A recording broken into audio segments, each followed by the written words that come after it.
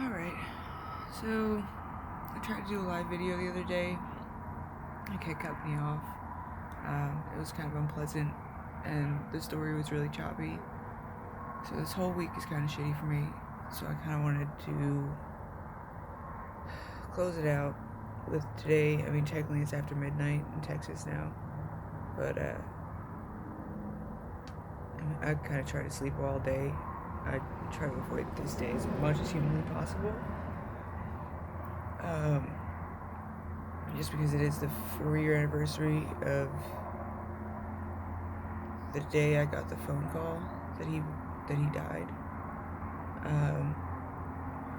I'd woken up that morning kind of early for no reason, and as soon as I stepped outside to smoke a cigarette,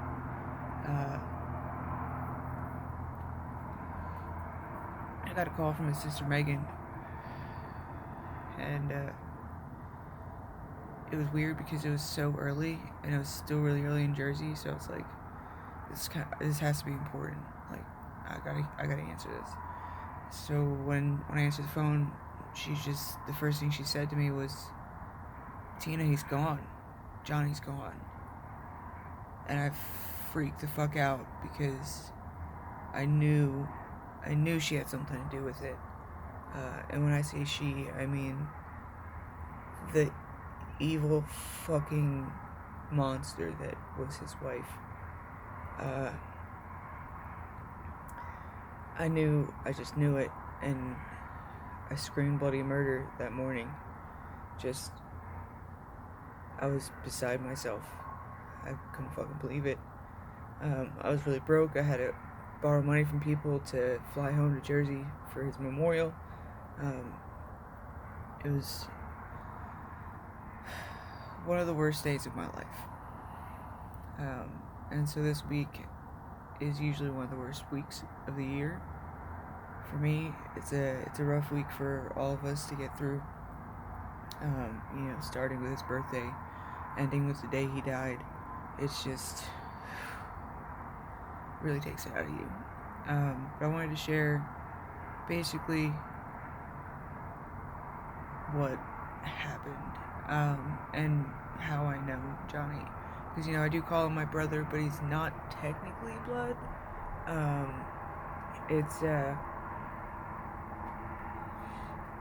I've been friends with his sisters for years, since we were, like, really little kids, apparently. When we were really little, we shared a babysitter, and my family moved away to another state for a few years, and when we came back, I ended up reconnecting with the youngest daughter of the family, and we just really hit it off again, and we're inseparable, so I was always there. Like, I just became part of the family. And being the youngest in my own family, I knew what it was like to, have older siblings and, like, want to fit in, want to hang out with older siblings, and kind of get snubbed because you're the annoying little sibling. So I tried my damnedest to take Johnny under my wing and, pay attention to him, to be the cool older sibling that was willing to hang out. And as far as I know, I achieved my goal. I know he loved me to death, and I know that whenever he was struggling, he would normally give me a call, especially because I ended up moving to Texas and stuff, and I lived abroad for a year. He would call me just to talk shit out, just so somebody would listen to him and give him an unbiased opinion, remind him that he's loved and that, he deserves to be happy. Okay, so, I guess we should talk about how they met. Well, no, we'll go back to, I have to mention the fact that him and all of his siblings had a rough childhood. His biological father wasn't the nicest guy. And he abused all of them, in horrific unimaginable ways, rather. And they all suffered for it. And Johnny especially, was vulnerable uh, to being influenced and to being taken in by a predator. So when he met her, his guard was down. He met his the monster. I'm just gonna call her the monster for this, because it's basically what she is to me. He met the monster because he was dating her daughter when he was about 16. She brought him home to meet her mom, and she, quote unquote, seduced him. And they began a relationship. At the time, I was living in Switzerland. So when I came back for a visit that next summer, I heard about a video floating around of Johnny getting sucker punched because the girl, that brought him home to meet her mom and then got pushed out of the picture was pretty butthurt about it. And I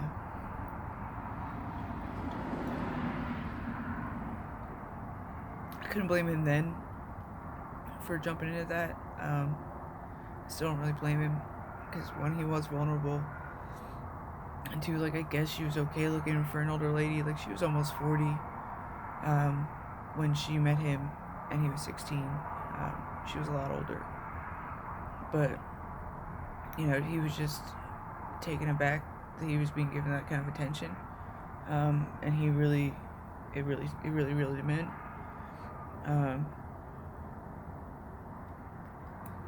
And then it got all twisted up, of course, because a predator like that, she's not going to be a decent human being. She abused him and manipulated him. She got him fired from every job he ever tried to hold. She would just, call up and harass the managers and demand to speak to him, multiple times during a shift. That shit doesn't fly anywhere. So, he usually got let go.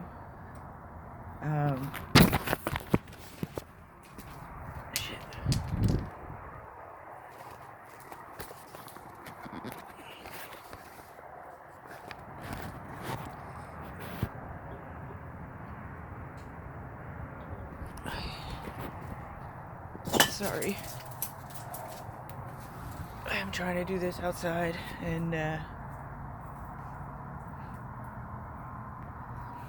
fucking light's on a timer, so it'll go out, and I'll have to keep, jumping up and reminding it, hey, I'm here. It's kind of annoying, but, so, they met and all that fun stuff. Where was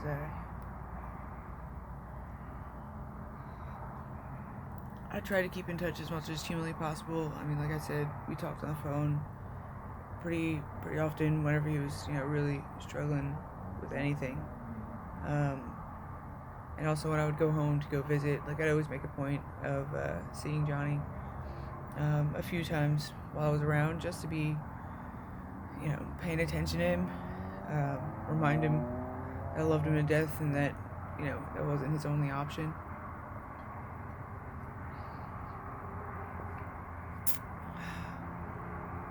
Speaking of, this is pretty much all I have left of him. It's kind of hard to see some resin pendants that I made with some ashes that I got from his sisters.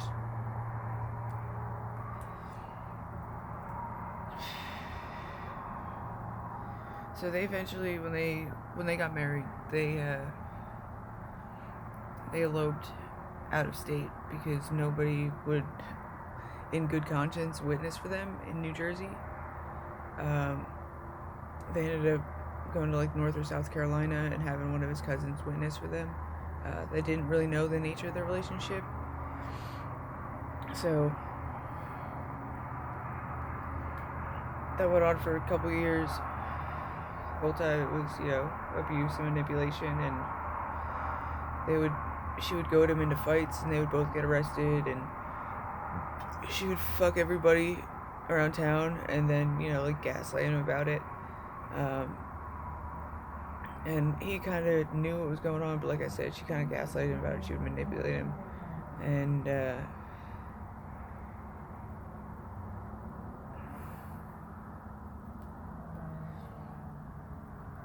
you know, we had a mutual friend whose phone she would blow up when he was there.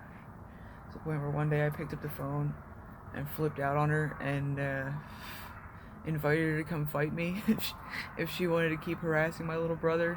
Because I wasn't gonna take that shit while I was around. I wasn't gonna sit there and listen to her screaming through the phone at him. Get the fuck out of here, lady. You wanna come pick on somebody, bitch? You come here and you fucking throw hands with me. I dare you. And of course she didn't. And I'm thinking back, I hope she didn't take that out on him later. But you know, there's many times that I confronted her about her conduct with my little brother. I had a conversation one of the last times I saw him in person, where I begged him to leave her, because I told him, you know, I swore up and down, it's like, you know, you're gonna end up dead or in jail, and I really don't want to see you in either of those positions. Today, if you ask me about it, I wish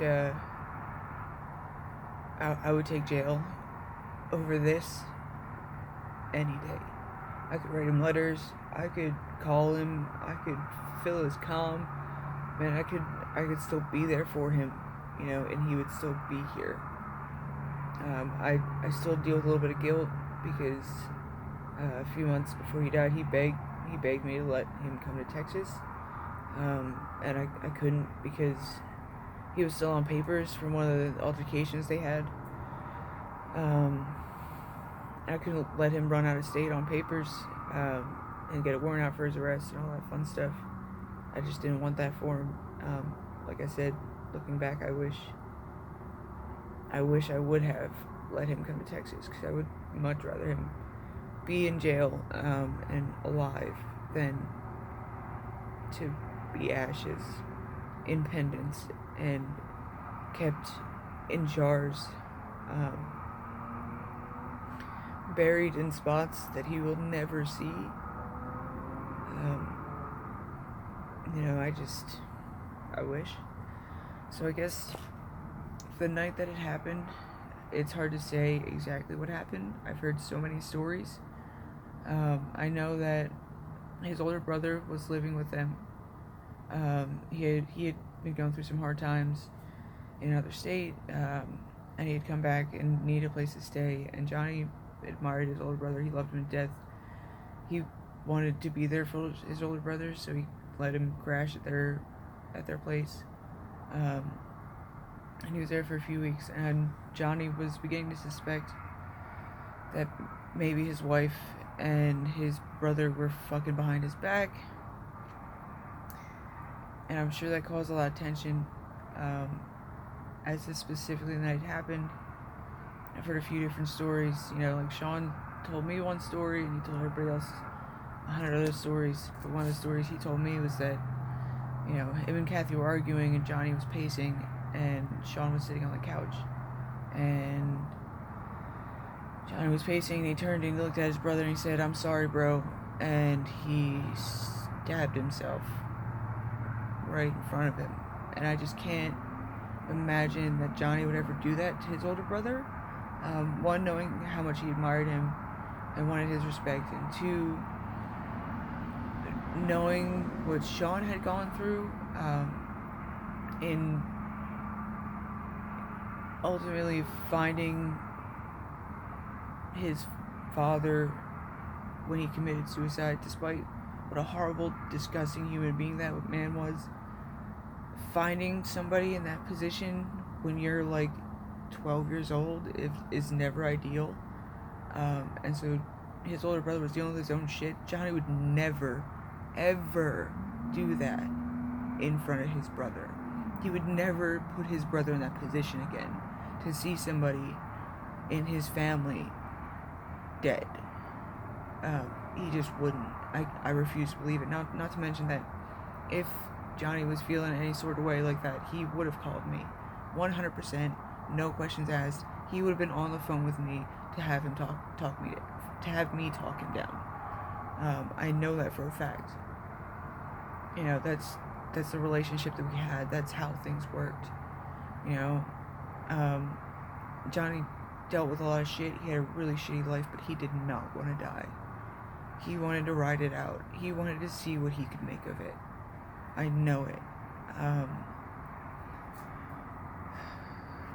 We heard that the neighbors told the cops that they didn't see anything, but then we saw screenshots of them speaking to mutual friends where they admitted they heard fighting that night, and then a whole lot of silence. And I honestly suspect that Kathy ran him down with that knife when, you know, Sean had his back turned. I'm convinced that she murdered him. After all the abuse, everything else, of course she did it. Like, there's no question in my mind that she had her hands in that. You just, not to mention the fact that to die by a knife to the chest, there's no kind of cultural relevance to that. People here in the United States generally don't commit suicide that way, and even in Japan, where, like, that is kind of a cultural phenomenon. It's like 0.01% of suicides that actually stab themselves in the chest. You know, like, no, there's no fucking way. Not to mention that your brain has a physiological mechanism against, like, defense mechanism against stabbing yourself, especially more than once. So it's hard to believe that somebody would actually do that, but especially Johnny. And the fact that, knowing there was a history of abuse, the cops knowing that she was due in court in 2 weeks for the state pressing charges against her for abusing him, for assaulting him, when she said it was a suicide because he died upon arrival at the hospital, they believed her, and they wrote it off as suicide, and they walked away. It fucking blows my mind, because had the situation been reversed, had it been an older man that had seduced a young girl when she was 16 and proceeded to abuse and manipulate her for years, marry her, she has a history of mental illness, and, you know, a terrible childhood and all that fun stuff, and then she commits suicide in some extreme manner, and he called it suicide. There's no way they'd actually believe it was a suicide. I mean, everybody knows they pursue that as a murder. But somehow, this woman murdered my little brother, called it a suicide, and walked the fuck away. Free. She's fucking free to be a menace to society. It's unfucking believable. She proceeded to harass his family after he died. We had to fight her just to get ashes from her, to get back some of his possessions that we thought his nieces and nephews might like growing up. You know, since they would never grow up with their uncle.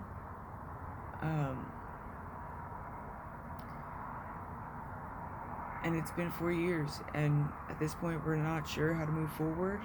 We would like to get his suicide overturned to anything else, just so we can have an investigation, which would be really hard. Obviously, there's no exhumation possible. He was cremated.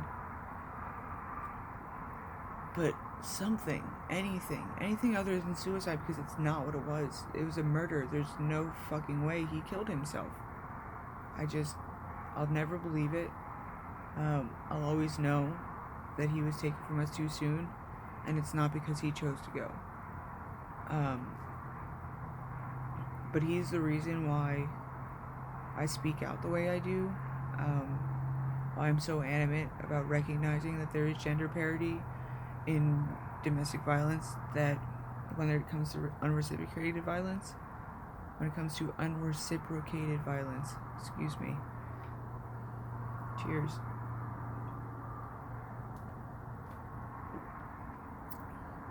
%90 of the time, it's the woman that's perpetrating the violence.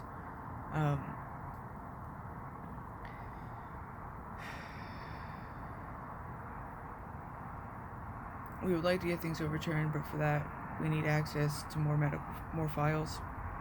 We've gotten a copy of his autopsy, but it doesn't include the autopsy photos.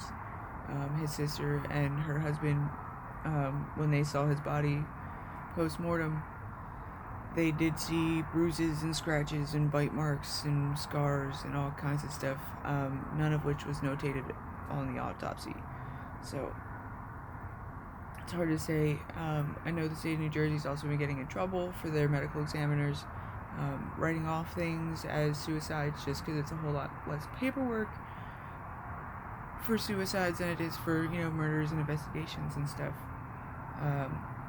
And so they've been a little bit of hot water for that. And so I suspect that might also play into this blatant miscarriage of justice. Because, there's a murderer free. She's walking around. And she's free to do that to anybody else's son, brother, friend, cousin. Who the fuck ever. And, it's astounding to me that people are unwilling to recognize how capable women are of violence. Listen, if all human beings are capable of extreme benevolence and the most horrifying malevolence, to think that women aren't capable of such is to either think that women are subhuman in the way that they don't have those primal urges because they haven't quite evolved there, or that they are superhuman because they've evolved beyond such. And frankly, women are neither. We're just fucking human, and everybody's capable of such, especially if you're a fucking evil sociopath who's been allowed to get away with every crime she's ever done because this woman has a fucking rap sheet longer than I am tall. Granted, I'm not that tall, but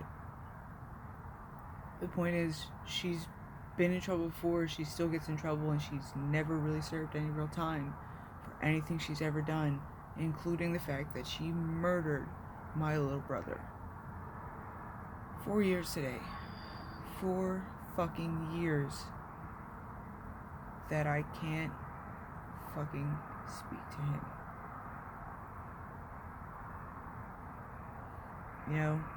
He just recently missed his second older sister have her first child. He missed his directly older sister's child's birth, right after he died. He's gonna miss everything, and he's missed by so many people. And the fact that everyone knows that she got away with murder doesn't sit right with anybody.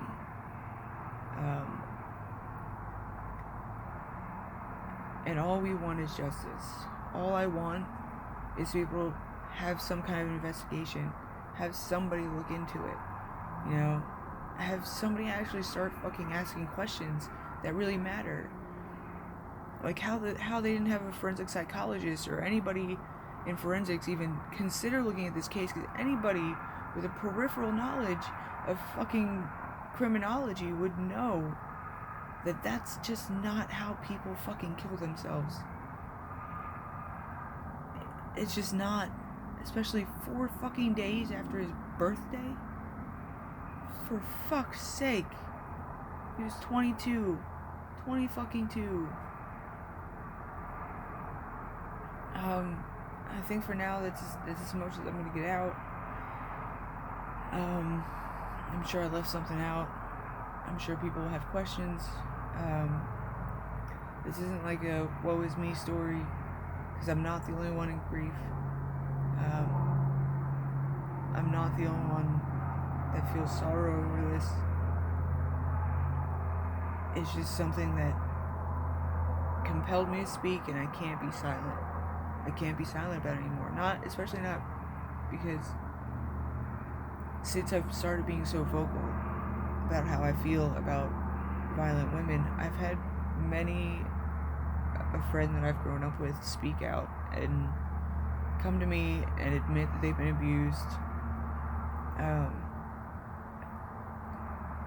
And I'm so thankful they've gotten out.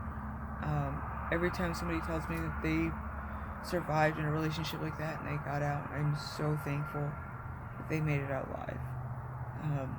Because domestic violence generally does lead to murder, even if the victim is a man.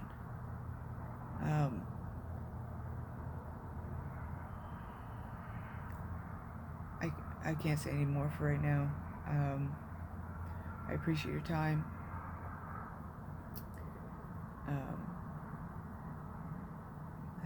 That's all for right now.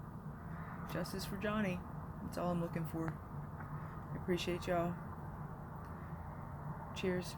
Have a great night.